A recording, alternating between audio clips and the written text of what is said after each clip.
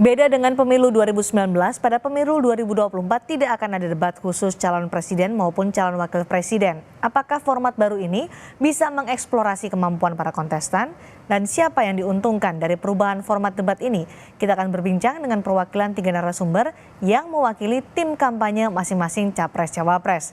Bergabung bersama kami juru bicara Timnas Anies Mohaimin, Usama Abdul Aziz, juru bicara TKN Prabowo Gibran, Viva Yoga Mauladi, dan juru bicara tim TPN Ganjar Mahfud, Aryo Seno Bagaskoro. Selamat malam semuanya. Selamat malam. Selamat malam. Baik, Bung Usama, Timnas ini mengirim usulan format debat ke KPU. Apa saja poin-poinnya dan apakah itu disetujui oleh KPU dengan mengajak bicara dari Timnas Amin untuk memformulasikan debat Capres-Cawapres itu? Ya, pada dasarnya dari Timnas Amin kami menerima apapun format debatnya. Kami siap untuk menghadapi itu semua. Tapi yang kami sayangkan adalah kami pernah diundang oleh KPU tanggal 29 November untuk membahas hal ini. Dan disepakati di rapat tersebut bahwa untuk format debat akan dimintakan usulan dari tiap-tiap paslon.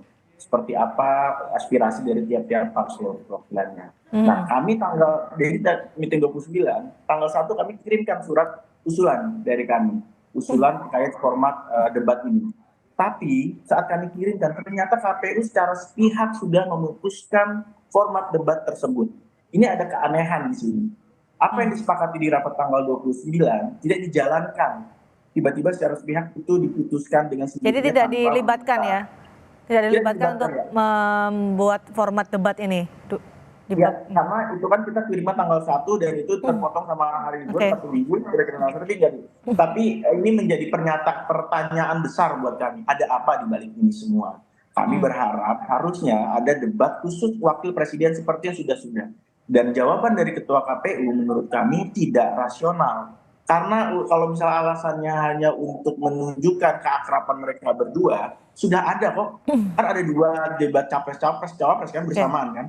Nah, kan dibutuhkan satu format khusus yang memang dimunculkan cawapresnya. Cawapres ini bukan ban serep, cawapres ini juga harus muncul gitu. Baik. Jadi jangan disepelekan juga cawapres ini. Jadi memang itu harus ada seperti format-format yang sudah ada sebelumnya. Baik, Pak Viva, bagaimana menilai perubahan format debat ini dari TKN Prabowo Gibran?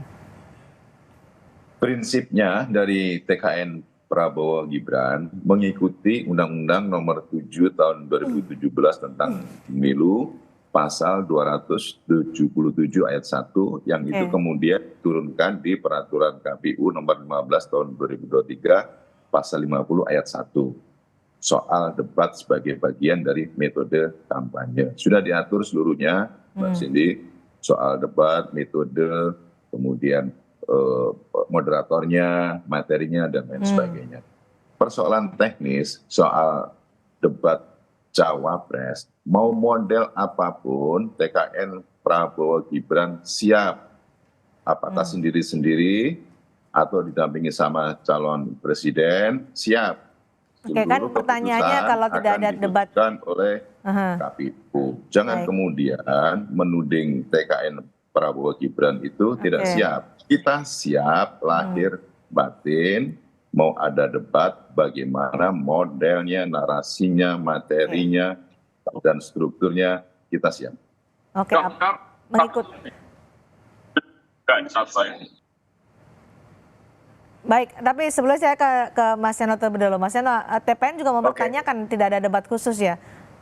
Ya, betul sekali Mbak. Kita merasa bahwa dalam pemilu ini yang perlu diuji kan adalah kualitas secara menyeluruh terkait dengan para kontestan yang sedang bertanding, baik presiden maupun calon wakil presiden. Dan hari ini saat bicara tentang pasangan calon ini, kita tidak menempatkan calon wakil presiden sebagai sekedar pelengkap saja, tapi juga ada pembagian tugas yang harus dilakukan, penguasaan materi dan lain sebagainya, yang sehingga kita tidak mau mengurangi hak rakyat dalam mengetahui apa yang perlu diketahui dari para kontestan yang sedang bersaing. Cara mekanismenya bagaimana melalui debat itu tadi. Nah, di 2014 dan di 2019 itu kan formatnya juga sudah merujuk kepada ketentuan undang-undang. Di 2019 undang-undangnya sama tuh, Undang-Undang Pemilu tahun 2017 pasal 277 yang tadi disampaikan.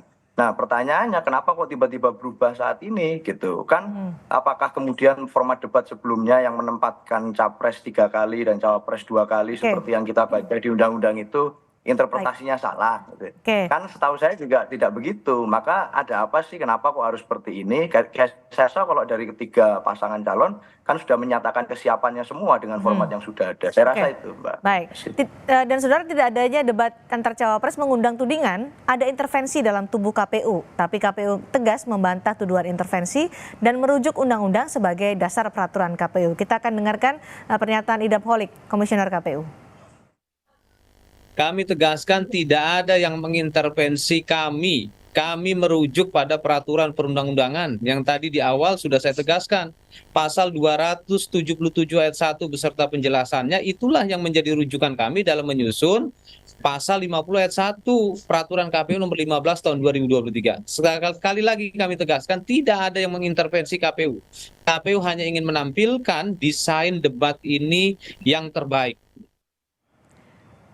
Bu Usama, KPU merasa tidak melanggar undang-undang soal perubahan format debat ini? Ya, ya memang nggak ada yang dirubah secara undang-undang. Tapi Tidak ada yang format dilanggar, debat gitu ya? ini yang dirubah, tidak dilanggar. Tapi format debat ini diubah. Kenapa? Apa argenitasnya itu untuk dirubah? Padahal kalau kita pakai format yang lama bisa sesuai. Kenapa kok ini malah diubah gitu? Itu pertanyaan besar kami. Dan dijawab sama Ketua KPU, bahwa ini hanya untuk menunjukkan ada kerjasama antara capres dengan cawapres. Tidak Timnas Amin merasa dirugikan, tidak ada debat cawapres. Nah, cara Timnas Amin tidak dirugikan, tapi banyak warga negara Indonesia dirugikan karena kesempatan untuk bisa mendalami kemampuan, pengetahuan, program, visi misi dari cawapresnya dibatasi. Karena hal itu dihilangkan, yang sebenarnya ada sekarang jadi dihapus. Pertanyaan besarnya adalah ada apa di balik ini semua? Kenapa kok mendadak hal-hal seperti ini jadi berubah? Apa dugaan Anda? Saya nggak bisa menduga apapun, tapi memang ini justru harus dipertanyakan. Yang dipertanyakan secara mendetail kepada Ketua KPU dan jajarannya. Kenapa hal ini bisa terjadi? Karena ini sangat berbahaya. Teman-teman kita, warga Indonesia, rakyat Indonesia, bisa nggak mendapatkan haknya. Tadi saya bilang untuk bisa menguliti dan mengetahui lebih mendalam tentang jawabnya. Pak Viva, Anda setuju tadi Bang Usama menyatakan kalau tidak ada debat cawapres jadi dibilang bahaya karena masyarakat tidak bisa mengeksplorasi soal siapa calon pemimpinnya, terutama cawapres.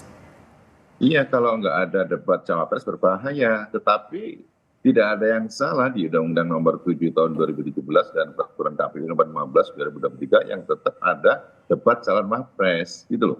Jadi ini tetap ada, tidak dihilangkan. Cuman formatnya, apakah nanti didampingi apa tidak, apakah nanti calon presidennya datang apa tidak, berdiri apa duduk, itu kan semuanya terserah KPU, teknis gitu. Tetapi substansinya menurut Undang-Undang Nomor 7 Tahun 2017 tentang pemilu, 3 kali debat capres, 2 kali debat cawapres. Kalau semuanya hadir juga tidak apa-apa, tapi proporsinya. Kalau debat cawapres, ya debat cawapres. Apakah di situ hanya datang capres, hanya duduk atau berdiri? Itu semuanya terserah kepada KPU. Tapi jangan kemudian ada tudingan debat cawapres dihilangkan. Kalau debat cawapres dihilangkan, itu melanggar Undang-Undang Pemilu, Mbak. Nggak boleh begitu. Dan TKN juga akan protes kalau ada debat cawapres itu dihilangkan. Jadi sekarang ini TKN siap, mau model apapun siap kita. Baik, Mas Eno, tanggapan Anda, KPU merasa tidak melanggar undang-undang. Pak Viva tadi juga menyatakan bahwa toh ini juga tetap diberikan porsi cawapres untuk berdebat meskipun bersama dengan capres, tidak dibuat khusus begitu. Ya, saya kira undang-undangnya yang mengatur itu sudah jelas kan, Mbak. Artinya ada penjelasannya di pasal 277 itu tentang 3 kali debat capres dan 2 kali debat cawapres. Pada dasarnya secara prinsip kami, mau itu Pak Ganjar, Pak Mahfud, mau debat capres-cawapres itu nanti diinterpretasi didampingi oleh masing-masing pasangan, mau didampingi oleh ketua tim sekalipun, misalnya KPU minta seperti itu, didampingi oleh keluarga sekalipun, kita siap aja. Mau ngapain aja kita siap. Baik, Mas Eno. Nah, artinya dalam pelaksanaan ini kan kita cuma tanya kenapa kok rule of the game-nya berubah yang awalnya 2019 sudah. Kalau Anda mempertanyakan itu, masalah, menurut Anda ada yang diuntungkan dari perubahan format ini? Saya nggak ngerti ya, tapi kalau dari kami ya tidak diuntungkan dan tidak dirugikan. Jadi biasa-biasa saja karena dalam berbagai kesempatan uji publik di forum kampus dimanapun juga Pak Mahfud juga sering tampil dan menjelaskan. Jadi saya rasa dalam debat KPU ini kalaupun nanti proporsinya kemudian ada pengurangan lah, interpretasinya dirubah lagi lah atau apapun istilahnya, ya bagi kami tidak diuntungkan dan tidak dirugikan kalau dari pasangan kami. Saya nggak ngerti kalau dari pasangan lain. Saya kira itu, Mbak. Tidak tahu dari pasangan lain. Singkat saja, apakah Anda dirugikan atau siapa yang diuntungkan menurut Anda, Bung Sama? Nanti saya akan tanyakan kepada Pak Viva juga. Lagi-lagi kami sama sekali tidak dirugikan. Sekali lagi Amin itu sangat siap, apalagi Caimin sudah berpengalaman lama sekali. Oke. Tidak sama sekali dan sama sekali tidak ada dirugikan. Bahkan kami Adakah siap menguntungkan pihak tertentu? Tidak juga? Ya, barang yang diuntungkan adalah bagi orang yang mungkin tidak siap untuk bisa debat sendiri. Dan saya rasa dari Caimin, dari Pak Mahfud, dari Mas Gibran, ya mungkin siap kali ya. Tapi kalau yang saya tahu pengalaman Caimin dan pengalaman Pak Mahfud sangat matang untuk bisa berdebat tentang hal itu. Pak Viva silakan, terakhir untuk Pak Viva.